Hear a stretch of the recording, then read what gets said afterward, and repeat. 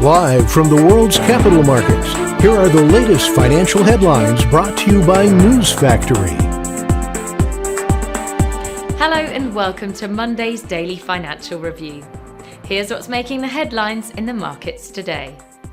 The economic calendar is set to release a variety of key reports in the days ahead. Market participants should take note of high-impact events, as these could steer market positioning and broader trading sentiment. These releases may offer new insights into market behavior.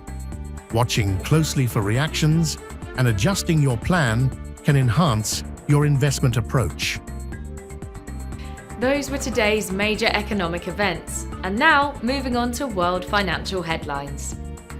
Oil prices managed small gains on Friday, but were headed for a weekly loss of nearly 3% after the IEA forecast a growing glut, and US President Donald Trump and Russian President Vladimir Putin agreed to meet again to discuss Ukraine. China is expected to keep benchmark lending rates steady for the fifth consecutive month in October, as policymakers remain cautious despite a recent flare-up in trade tensions between Beijing and Washington. Gold prices fell more than 2% on Friday after hitting a record high above $4,300 per ounce, pressured by a firmer dollar and US President Donald Trump's comment that a full-scale tariff on China would be unsustainable.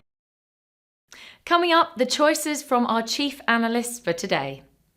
The dollar-yen pair saw a minor rise of 0.1% in the last session. The Williams indicator is giving a positive signal. The Bitcoin-dollar pair skyrocketed 1.5% in the last session. The MACD is giving a positive signal. The Aussie-dollar pair made a minor upwards correction in the last session, rising 0.1%. The Ultimate Oscillators is giving a negative signal. The oil rose 0.5% against the dollar in the last trading session. The stochastic RSI is giving a positive signal. We hope that you've enjoyed Monday's financial review. On behalf of all of us here, we wish you a productive trading day.